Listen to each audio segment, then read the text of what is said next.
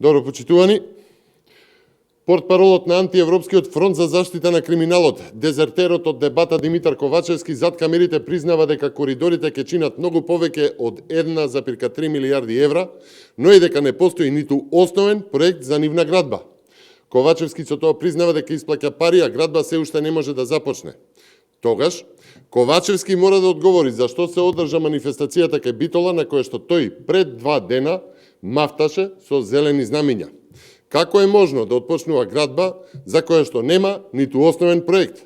Невозможно е почитувани градба без основен проект и со тоа невозможно е да се започне да се гради. Па затоа ли багерите ги снема по снимањето на рекламата на Ковачевски за Фејсбук? Дали Ковачевски признава дека отпочнувањето на градба кај Битола е само уште една лага од Ковачевски и фронтот за заштита на криминалот?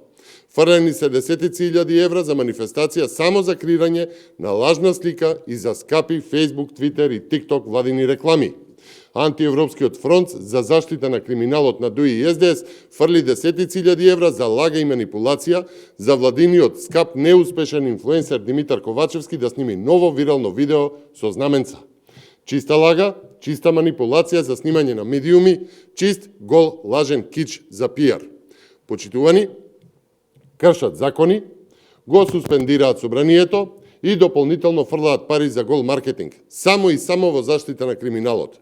Полтронот Ковачевски ќе направи се само да му удоволи на Али Ахмети, да удоволи на криминалот, за да продолжи уште некој месец да бега од поразот, а тоа ќе ја чини Македонија речиси цел еден годишен државен буџет.